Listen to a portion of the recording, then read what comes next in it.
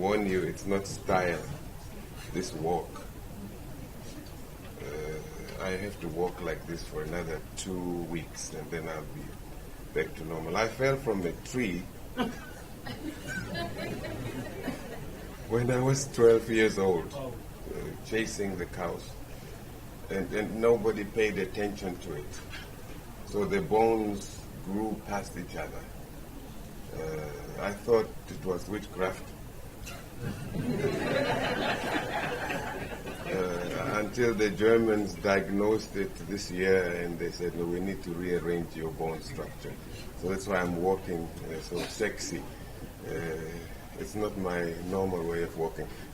Prof. Maekiso, thank you very, very much for this moment. And my brother from Dubai, Excellency Ambassador, thank you very, very much for joining us. I was about to make an intercession that we needed a break after that very, very deep presentation about Dubai and what the citizens of Dubai and surroundings are attempting to do to create a happy environment for themselves. I do not have a presentation. I'm illiterate. I speak around the fire like an African boy.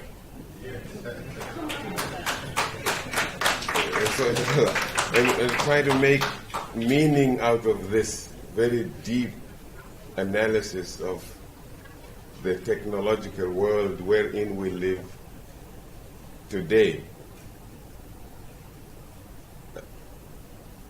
Let me confess that I'm a political scientist. And I take from my brother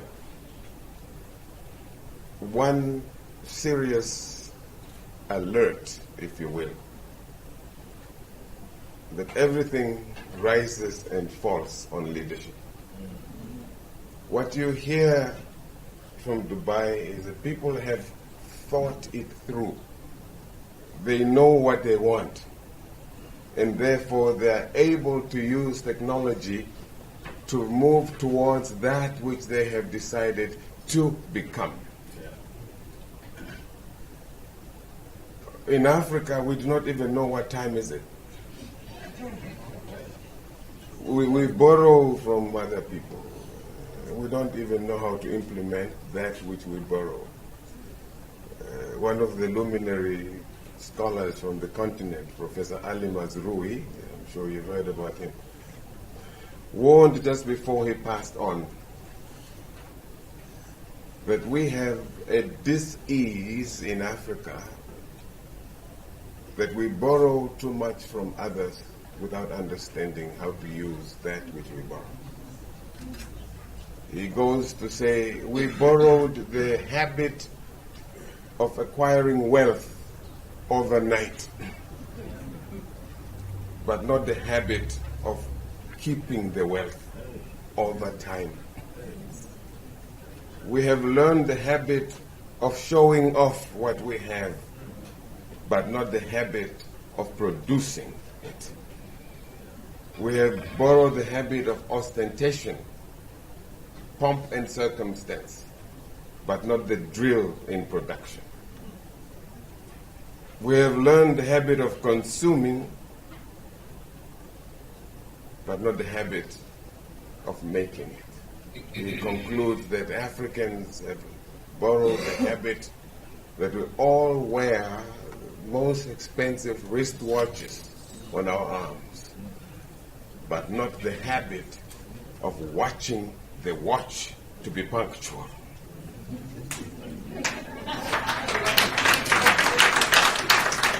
You have a Rolex, but you're always late. So we are here this week to dissect, if you like, a few phenomena. As academics, we need to deal with concepts, because concepts matter. Definitions matter. Language matter. Words matter. Public affairs, governance, and the fourth industrial revolution. Now, in Africa, one has to be very careful with the usage of the word revolution because it means to us political change by any means necessary, often violently. Revolution for us is not a pleasant word. I remember just after independence in Namibia, the new government decided to use a new technology and terminology. Instead of corporal punishment that we all got used to, and I'm still grateful that I got some, they introduced what they called detention. That meant that when a child misbehaved, the child was taken away from her friends and put aside for purposes of punishment. And when the word reached the parents that their children were detained, they went to the chiefs. Said, we thought detention without trial was a matter of the past. Why are our children being detained? In other words, ladies and gentlemen, words matter. We must be careful what it is that we are using and what it is that we are talking about. We just had our 6th elections, and we learned something, that life goes on, that South Africa is changing. You've noticed from the slides that our brother presented that occasionally one country in Africa would show up, and that was South Africa. And South Africa is not one of the biggest countries on the continent at all. In fact, it's not rich. Why is it that South Africa shows up and not Nigeria, not Chad, not Congo, not Ethiopia, not Tanzania? It's painful to admit that the reason that South Africa shows up and represents the rest of the continent is that there are white people here. As simple as that. There is no way a black government, my friends, would have created the infrastructure that we have in South Africa today. There's no way we would even have a state-of-the-art campus like this. It takes the different kind of thinking to innovate about the future. We Africans think about today and we eat today. So we need to question ourselves first before we go to artificial intelligence. Who are we as Africans? How do we deal with the world of technology today? How do we manage our affairs? I'm so grateful that the theme is about public affairs. Now, the word public affairs has a history. It's about managing relationships between publics, stakeholders, shareholders, interested parties, participants, students, investors. Now, in many, many ways, African languages don't even have the vocabulary to talk about these things. Last night, I tormented 2 sisters.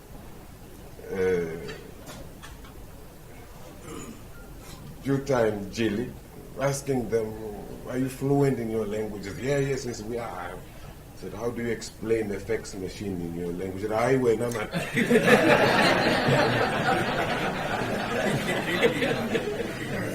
we cannot explain a fax machine to our grandparents. Now, where I live today in Berlin, I'm ashamed, I must admit, to move from the little flat that I live in Schöneberg, to Tiergartenstrasse, where the offices are. It's 8 minutes by bus. And you have to know the number of the bus and the times at which it comes. For the months that I've lived there, at no time did the bus driver ask me for a ticket. The system is such that you are supposed to know where to purchase your ticket, for how much, and the bus driver assumes that you know your rights and obligations. Therefore, it's not his responsibility to examine whether you are following the system or not. And I can tell you, I take corners. Where I come from, if there is no supervisor, why would I buy it? No one is noticing.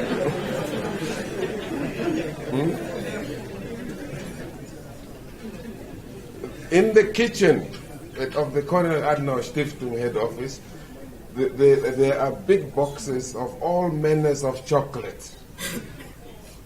And there's a little box that tells you if you want Kit Kat, it's 20 cents. If you want this, €1. And I've been watching that. I must confess I stole. So where I come from, no one is watching. I helped myself until I realized, this is not right. So what it means is that before IT, there are certain things that we as Africans have to deal with first. And that is how to be human. We have been so brutalized by the history of slavery and colonialism that our humanity is at stake. It's not IT. It's who we are and how we manage our affairs, how we run relationships with one another. When you hear my brother talking about what's happening in Dubai, they're clear about who they are. It's no longer questionable who a citizen is. I'm told that most of the people in the United Arab Emirates are not United Arab Emirates citizens. Am I correct? We are 10% of 9.5 million. Okay. Only 10% are local. Yes. And what are the 90%? Foreigners. Now, this is where I want to begin, ladies and gentlemen. It appears to me that throughout the history of humankind, indigenous people, so to speak, never develop economies. It is always people from outside who come to labor to produce an economy. Yeah? But the thinking is local. The visionary thinking is local. South Africa is the most developed economy on the African continent. Why? It took European people to come here uninvited.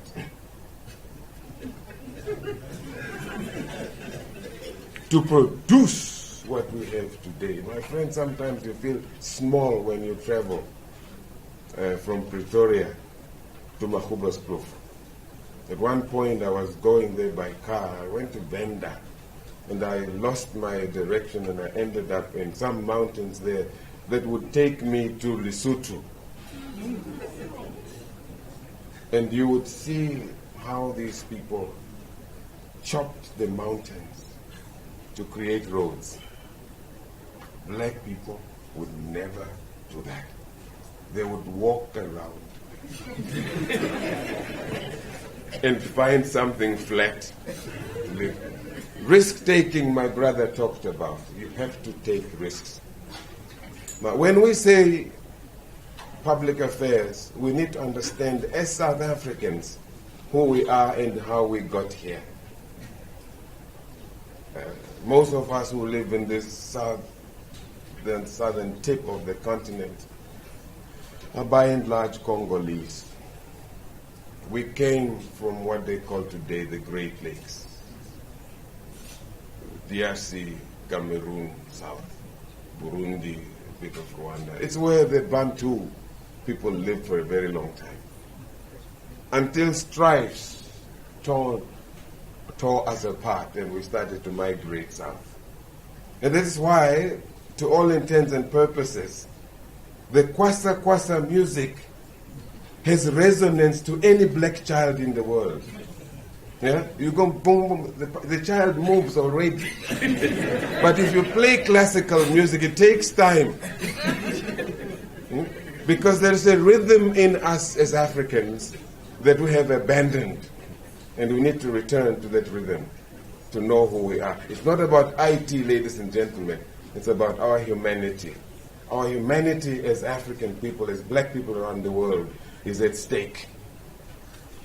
Where I live, there's not one single house that has an electric fence. Not one. Most of my colleagues in the foundation do not walk around with their cellular phones. They don't need cell phones. If you ask them, what's your cell phone? I don't know, let me find it. That's his own cell phone. Why? Because the basic needs are taken care of. The buses are running, water is okay, there's safety and security. You don't have to worry about who's going to rob you, because the humanity issues have been taken care of. We live in high protected homes because we are terrified of our neighbors. That means there is something we have not done yet before we got to IT. In 1776, Adam Smith wrote a book, The Wealth of Nations, which is the beginning of the technological thinking about industries. It's about managing relationships. It's about creating a new world. You see, the first industrial revolution, so to speak, was about the movement from family economy to community economy. In the beginning of times, the mother made your clothes if you had any. The mother brought the food home. You knew what goat was slaughtered. Your belt, if you had a belt, came from the cow that you once knew. First industrial revolution means people began to move towards community creation. You no longer needed to make your own shoes because there is a neighbor who was making shoes. You just had a relationship with the neighbor, so can you please make shoes for me? That's why in Germany you have families with the name Schumacher. That is the person who was making shoes for the community. Now that person who made shoes needed to know who had the cows. Yeah? So he had a relationship to get the hide from people to make the shoes. So the first industrial revolution was about changing human relations for commerce. Did you know that in the old civilization people did not have surnames? The first surname on the book is recorded in the year 1066. We did not have surnames. Surnames are a new thing, my friend. In the Old Testament, Moses who? Abraham who? Noah who? Mary who? One name each. That was the economy. And if you were more interested, they would tell you Mary of Nazareth. That's a village. Surnames came with the introduction of the nation state. When the central government arrived, and the central government needed to know who was where, so that they could track who was not paying taxes, so that they could track who did not send their sons to war in order to come back and find their villages. That is why today the families in the history who did not have to pay tax still don't have surnames. What is the surname of the Queen of England? Elizabeth II, that's a number. She only volunteered to pay tax like 12 years ago. They have no surnames. Charles this, Harry that, and they go by village, Windsor. So we must understand that technology is about managing who we are as human beings. The second industrial revolution comes when the human community has evolved from one family to others. You were no longer required to marry your niece. You could move from one village to another and acquire a wife. And there was some communication that took place. That's how Lobola arrived. Lobola is not an African practice. It's not an African culture. It's an economic management. When the Bantu people came from up north and settled around KwaZulu and here, they were in very small communities. Yeah? 10 people here, 13 people there.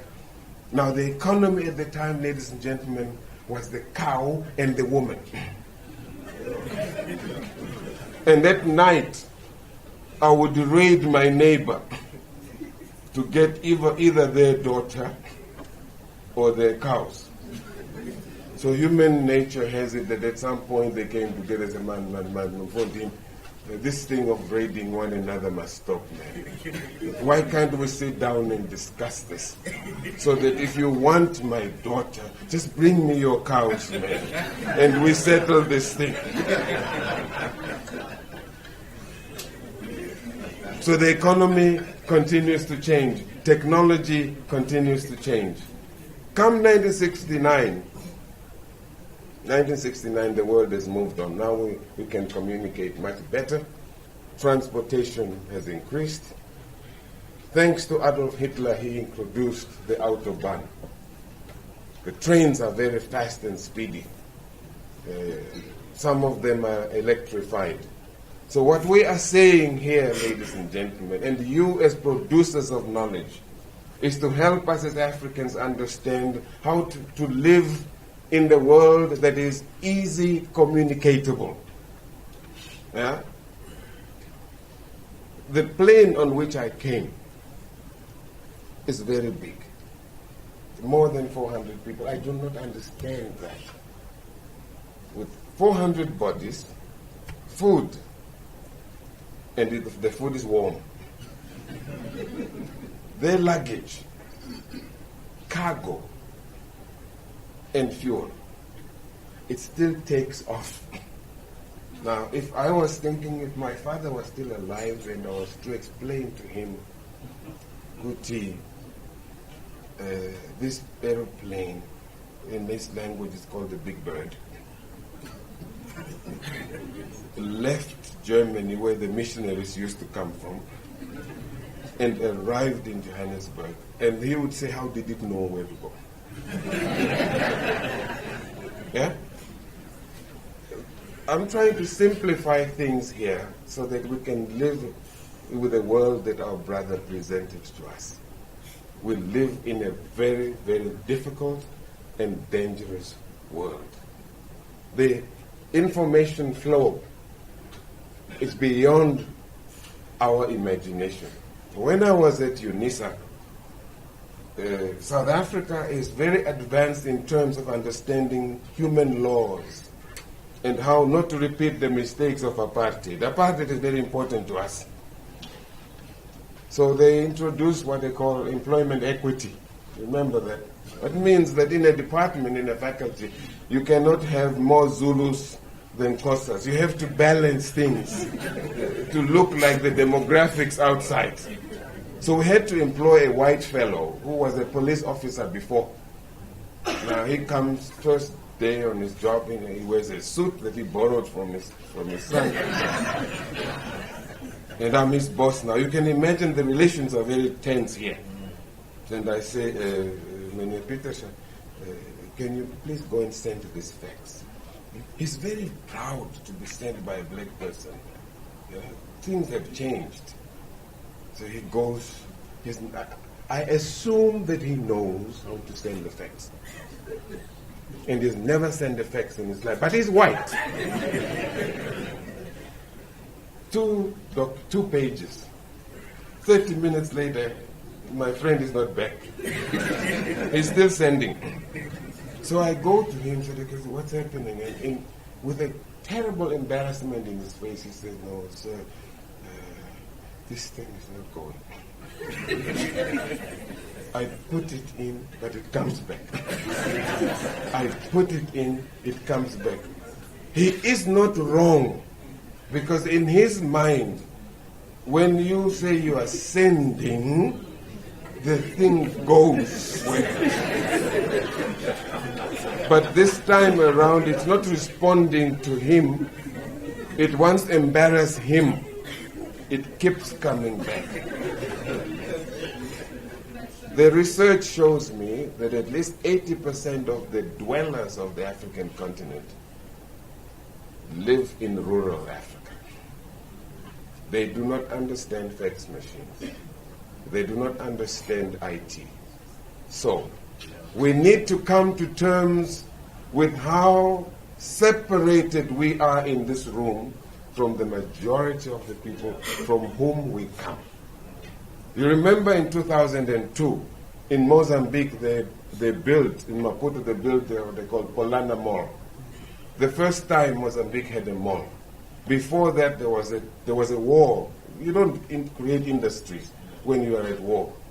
So ShopRite or Pick and Pay or Checkers combined efforts and they created this mall with the first escalator in Mozambique, in Polana Mall. This is fact. For the first 9 months of the establishment of that system, the escalator, what's an escalator? It's part of the building that moves up and down with you on it. That escalator in Polana Mall, my friends, was under police guard.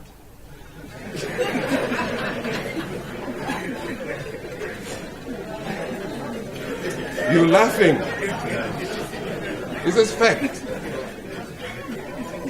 Why? Parents got wind of it. That there is a thing there that moves and it's free transport. They took their children to swing on the escalator, and many babies got hurt because a little child does not know whether you follow it or you go down with it. So the little people got hurt.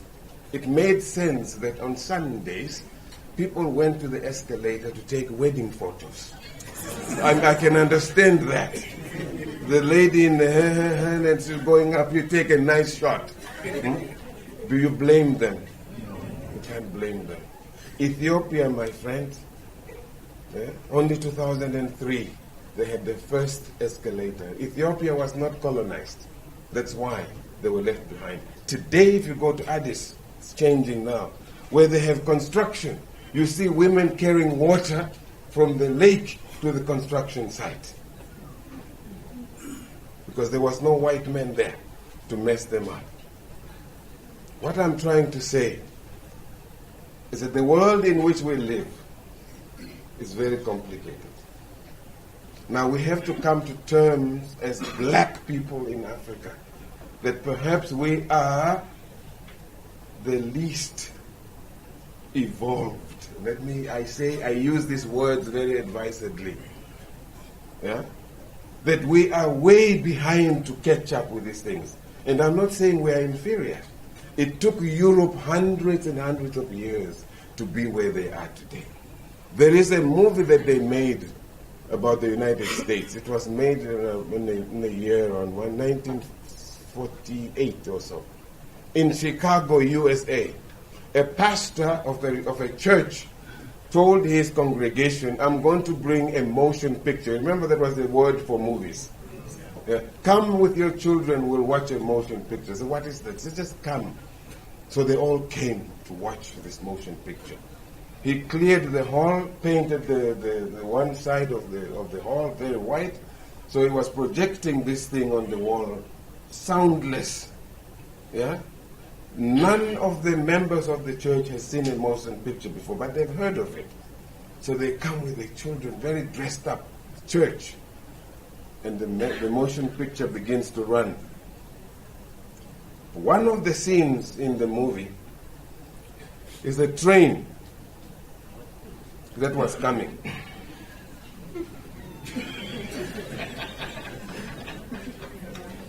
My friends, when the congregation saw this train coming, they all left the church with the train.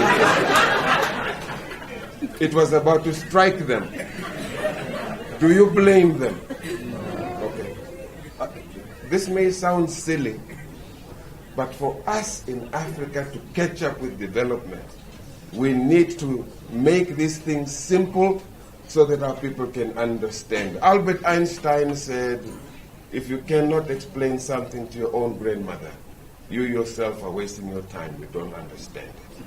Let me end my little contribution by sharing with you a story of Clem Santa. I'm certain you know who Clem Santa is. He's a South African scenario planner. He was the chairman, MD, Anglo-American for a long time, a very seasoned businessman.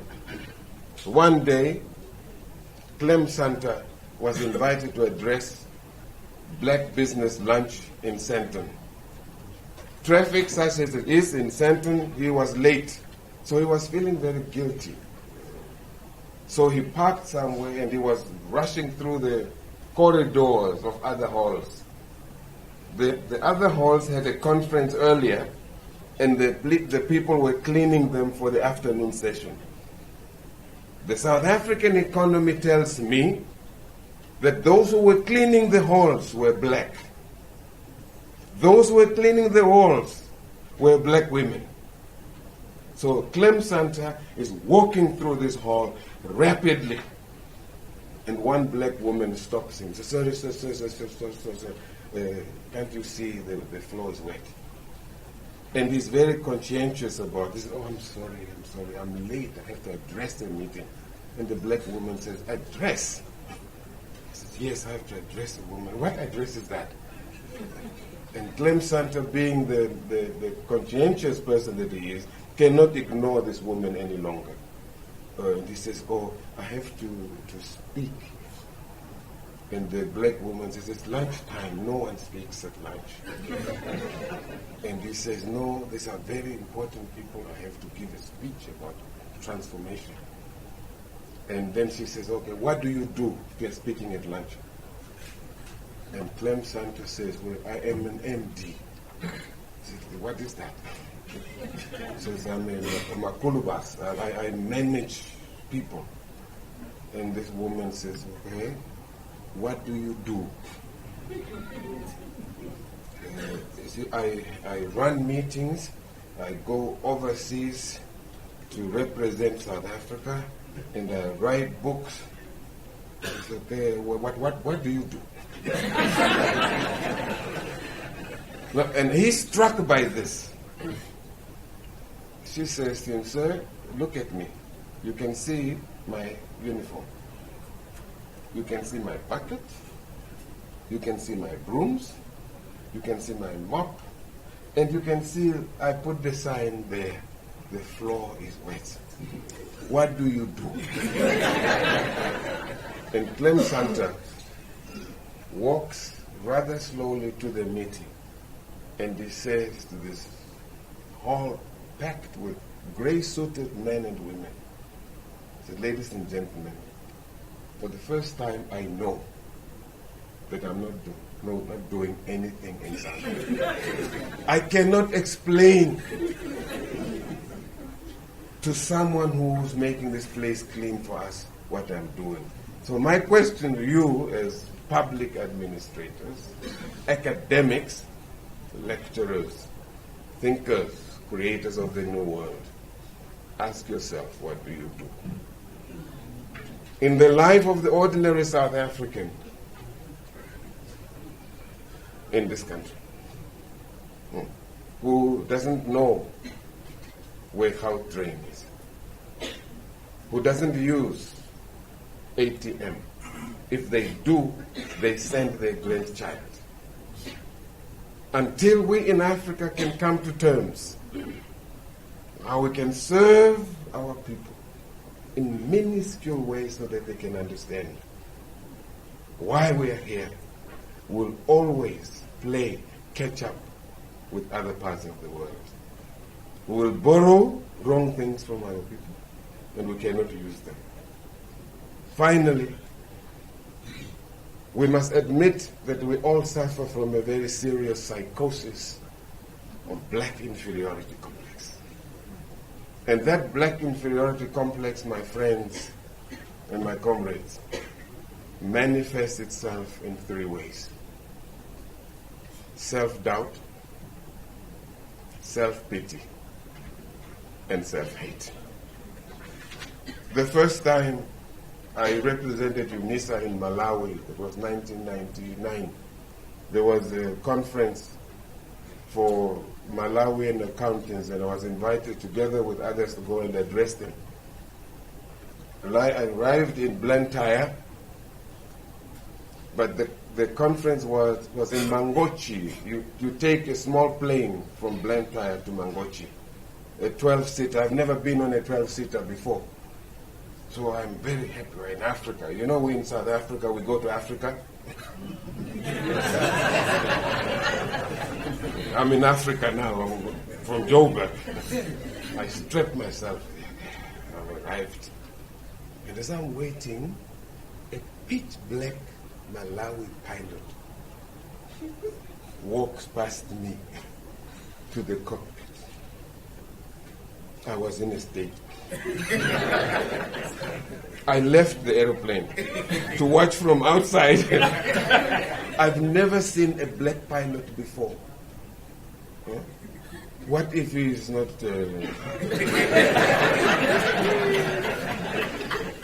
And many of us, my friends, continue to suffer the disease.